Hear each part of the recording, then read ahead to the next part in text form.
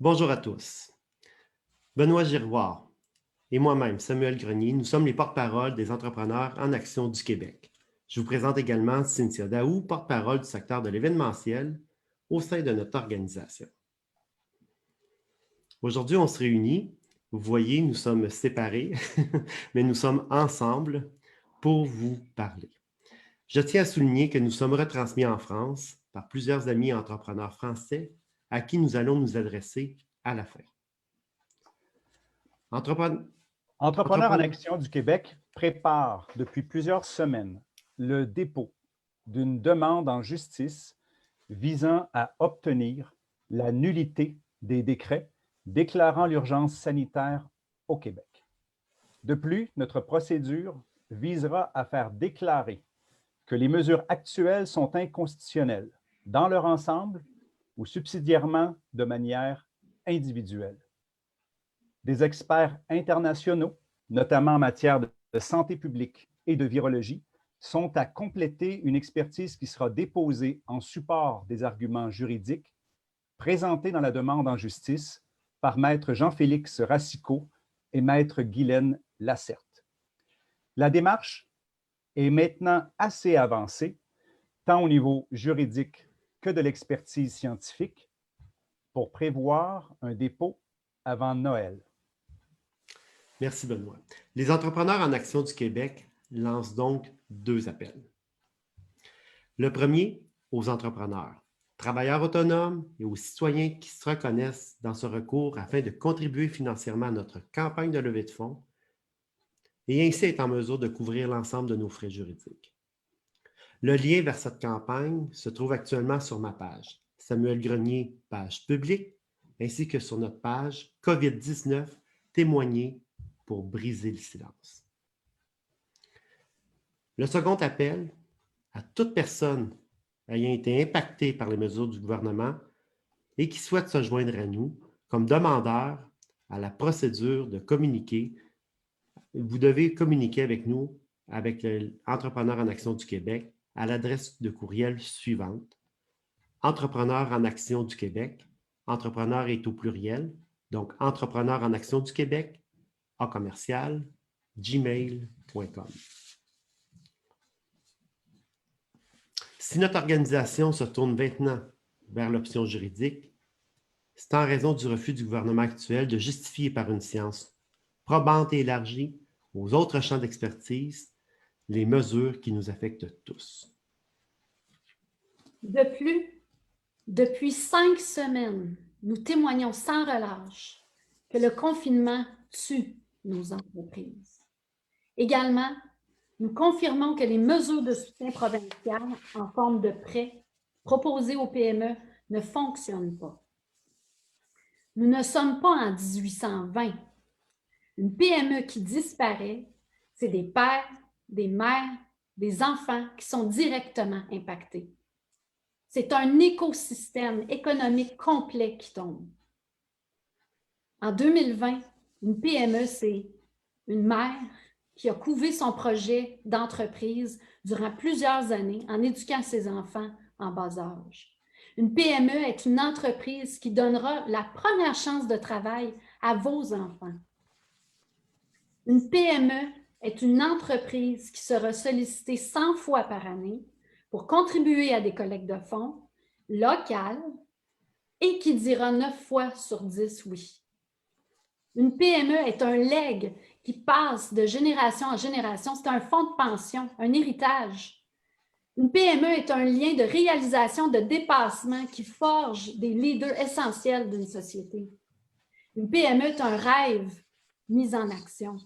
Une PME est un écosystème complet qui allume les âmes des citoyens et citoyennes du Québec. Les PME, c'est 98% de toutes les entreprises du Québec. Alors, malgré nos requêtes et nos appels à l'aide répétés, le gouvernement Legault préfère nous répondre par la bouche de son ministre de l'Économie que tout va bien. La vérité est que la direction actuelle prise signe l'arrêt de mort de milliers d'entreprises, et ce, dès janvier 2021. Entrepreneurs en action du Québec, en à peine 5 semaines, a réussi à rassembler 1200 femmes et hommes d'affaires, et ce, malgré les contraintes imposées à la liberté de réunion. Nous lançons donc aujourd'hui officiellement notre campagne de collecte de fonds, GoFundMe. Nous faisons appel au soutien financier des Québécois et même des Français afin de mener un combat juridique face à un État qui semble oublier que c'est la collectivité qui forme une nation. Depuis plusieurs mois, des journalistes et des députés ont posé des questions légitimes auxquelles le gouvernement en place a soit refusé de répondre ou a tout simplement esquivé. Des pédiatres ont fait plusieurs propositions restées lettres mortes, les forçant même à une sortie médiatique en octobre dans laquelle ils parlent de sacrifice générationnel face aux mesures qui affectent nos enfants. Récemment, un groupe de 700 médecins a témoigné que la centralisation dans les hôpitaux est dangereuse pour les patients. Et dans leur lettre du mois d'octobre, ils ont soutenu que des patients sont morts durant la pandémie parce que des décisions locales ont été bloquées par des gestionnaires des structures régionales. Quelle a été la réponse du ministre de la Santé? Un refus à les rencontrer. Ceci constitue qu'un faible échantillon témoignant que depuis 9 mois, il s'est installé une gouvernance en vase clos face à une crise qui bénéficierait de l'expertise des forces vives du Québec, incluant celle des autres partis politiques. Monsieur Legault, que faudra-t-il pour se faire entendre? Par notre démarche juridique, nous ne nous posons pas en individualistes. Au contraire, nous nous arrimons à la définition même de la santé publique telle que définie par l'OMS, comme étant la science et l'art de prévenir les maladies, de prolonger la vie et d'améliorer la santé physique et mentale à un niveau individuel et collectif. Monsieur Legault, je vous pose donc la question directement. Dans les 9 derniers mois, où est passée l'amélioration de la santé physique et mentale de la collectivité au Québec? Ce n'est pas comme porte-parole des entrepreneurs en action du Québec que je vous pose la question, mais comme père de 7 enfants qui ont été impactés durement et directement tout autant que mon entreprise. Par notre démarche, nous souhaitons donc susciter le plus rapidement possible une gouvernance renouvelée qui prendrait en compte l'aspect collectif de la santé publique et ce, au bénéfice de 8,5 millions d'habitants. Les entrepreneurs en action demandent maintenant aux députés et aux élites de se lever avec nous pour prendre la défense du bien commun. On vous remercie. C'est la fin de ce qui est la portion québécoise du message que les entrepreneurs en action voulaient livrer. J'espère que les journalistes ont bien écouté, que le message va se rendre un peu partout. Actuellement, le geste que l'on fait, je le qualifie de courageux, puisqu'il est fort à parier que dans peu de temps, des stratèges de communication des partis politiques, celui qui est en place, va tenter de nous peinturer comme étant des gens qui ne penseraient qu'à nos entreprises, alors que nous sommes tous des parents, nous sommes tous des gens impliqués dans nos communautés, mais surtout, d'abord et avant tout, qu'il y a une chape de plomb entourant la CAQ. Donc, on espère par notre démarche, à tout de moins, mettre un stop, amorcer une prise de réflexion face à un gouvernement qui, littéralement, travaille seul dans une tour d'ivoire, même à l'intérieur de son propre parti, comme nous l'ont témoigné plusieurs députés caquistes. Donc, à mes amis français, ça fait depuis quelques semaines que j'ai la chance de parler. Alors, on va repartir un petit peu du début. On va se présenter. Benoît Giroir, je suis un des actuels porte-parole des entrepreneurs en action. Je suis également, vous l'avez entendu tantôt, un papa de 7 enfants, mais je suis aussi président d'une coopérative de solidarité qui s'appelle Jim X à Saint-Jérôme, qui existe depuis 18 ans et qui a la chance de développer quelque chose qui est né chez vous, le parcours, donc que vous connaissez encore mieux que nous. Et nous sommes donc la première école de parcours au Canada et on en est très fiers, avec une mission sociale très développée. Mon entreprise, comme un paquet de les vôtres, ont été impactés durement. Donc, je vais laisser Cynthia Daou se présenter, ensuite Samuel également. puis on va vous parler pourquoi qu'on veut vous s'adresser à vous aujourd'hui. Donc, Cynthia Daou, propriétaire de Spheria Événements. On est producteur d'événements corporatifs, donc on fait des événements d'envergure, galas, congrès, salons d'exposants. Pas besoin de vous dire que depuis le mois de mars, on est arrêté. On a été les premiers arrêtés et évidemment, ils nous disent qu'on sera les derniers à recommencer. Toute l'année d'événements a été annulée. C'est un chiffre d'affaires de 500 000 qui s'est envolé. C'est maintenant 0 $. C'est une communauté de fournisseurs, évidemment, dans l'événementiel. C'est bien connu en France. C'est une communauté complète de fournisseurs qui n'ont pas de travail parce qu'un producteur d'événements ne peut pas faire d'événements. Donc, c'est 30, 40 fournisseurs, leur famille, 200 employés. Ça, c'est juste mon entreprise à moi. Et étant productrice d'événements, vivant mon rêve, moi, j'ai mis en application mon rêve. Lorsqu'on me dit de faire autre chose dans la vie, c'est un peu bizarre, surtout que c'était une entreprise à succès qui était reconnue quand même au Québec. J'ai décidé de m'impliquer dans Entrepreneurs en Action pour le simple fait que je veux aider les autres et par le fait même le domaine événementiel au complet. Merci, Cynthia. Je me présente, Samuel Grenier. Je suis restaurateur. Alors, j'ai été interpellé très tôt par les mesures sanitaires, mais j'ai aussi un cabinet comptable. Et si je pouvais subir les conséquences en tant que restaurateur, je peux en être témoin comme comptable. Dans ma pratique, ce qu'on voit, c'est qu'une partie de la réalité, bien évidemment. On ne voit pas l'ensemble de la situation. Mais maintenant, rendu en novembre, je peux vous dire que je connais ce qui s'en vient. Et c'est loin d'être beau. Et je ne parle pas juste au niveau financier. Dans mon bureau, je reçois, moi, c'est pas juste des dossiers, là. C'est des humains, là. C'est des familles, c'est des pères, c'est des mères de famille. C'est des gens inquiets. C'est des gens qui se demandent s'ils seront en mesure de verser la paye de vacances, le congé férié, les congés de vacances à leurs employés au sein de leur entreprise. Ce sont des gens qui se demandent qu'est-ce qui va arriver avec leur maison. C'est des gens qui se demandent est-ce qu'ils vont devoir retirer, est-ce qu'ils vont devoir prendre un deuxième emploi en ayant déjà leur entreprise. Ces gens-là, je vous le dis, ils sont présentement très démunis. Pourquoi? Bien parce que les mesures sont sévères, mais c'est surtout qu'on se rend compte que les entrepreneurs, ils subissent plus qu'ils devraient. C'est pas équitable. On est en train de les plonger dans une situation que ça va prendre des années à se relever. Alors, quand on dit que le remède cause plus d'ennuis que la maladie elle-même, c'est pas juste un clip, là.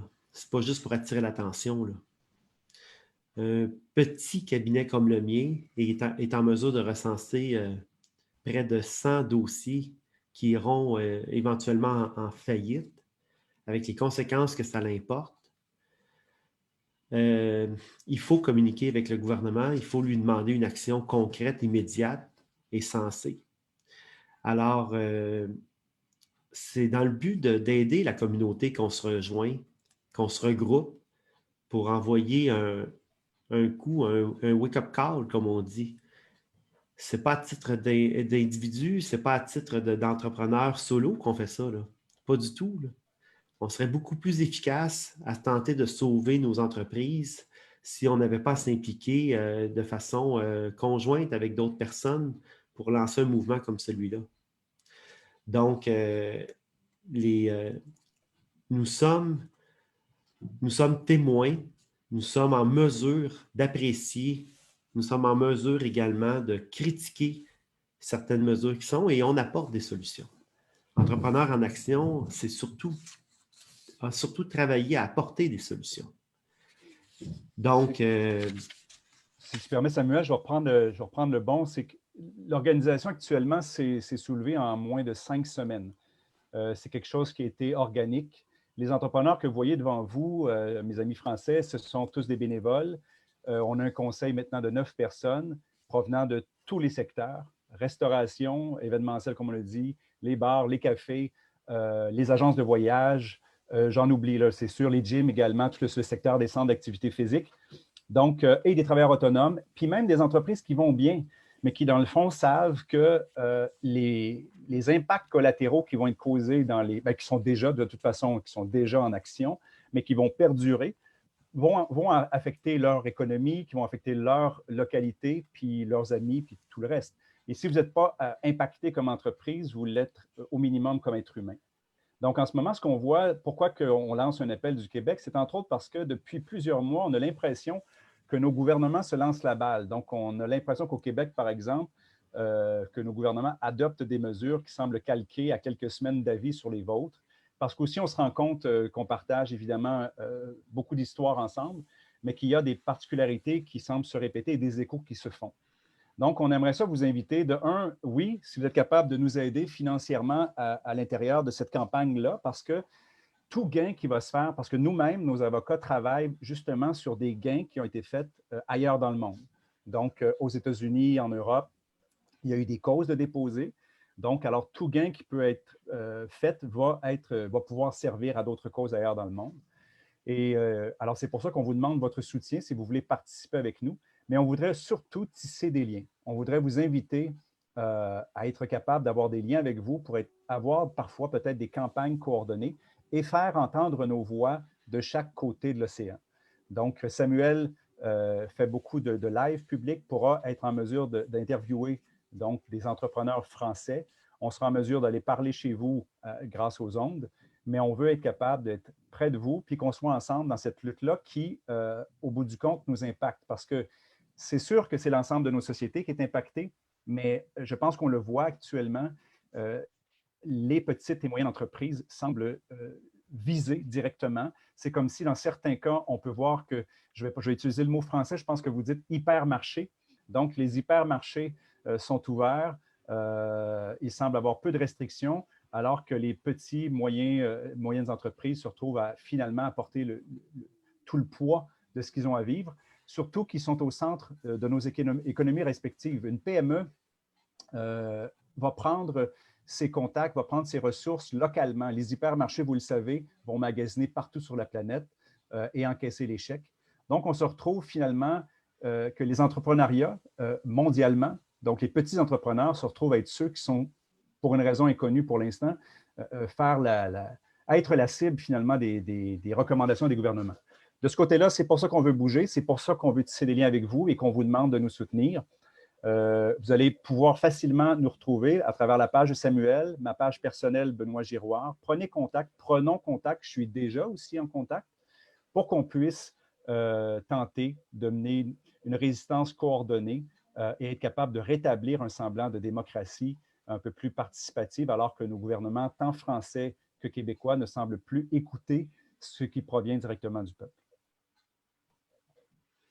Fait que moi, je vous laisserai là-dessus. Je pense qu'on a fait le tour. On invite les Québécois, les Français à nous soutenir dans cette campagne GoFundMe. Il faut se donner les moyens. L'État a des moyens illimités. Nous, nos moyens, c'est ceux qu'on a. Alors, on vous appelle à la solidarité. Les liens sont sur la page de Samuel. On est facile à trouver. Ils sont également sur notre page COVID-19, témoigner pas pour se souvenir, mais j'ai un blanc de mémoire. Samuel, éclaire-moi. Témoigner pour briser le silence. Pour briser le silence. Donc, vous allez pouvoir nous retrouver. Et à partir d'aujourd'hui, on espère de tout cœur être en mesure de déposer avant Noël. C'est ce qui est visé par nos avocats et par tout ça.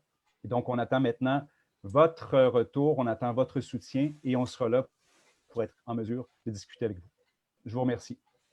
Merci. Merci tout le monde. Merci.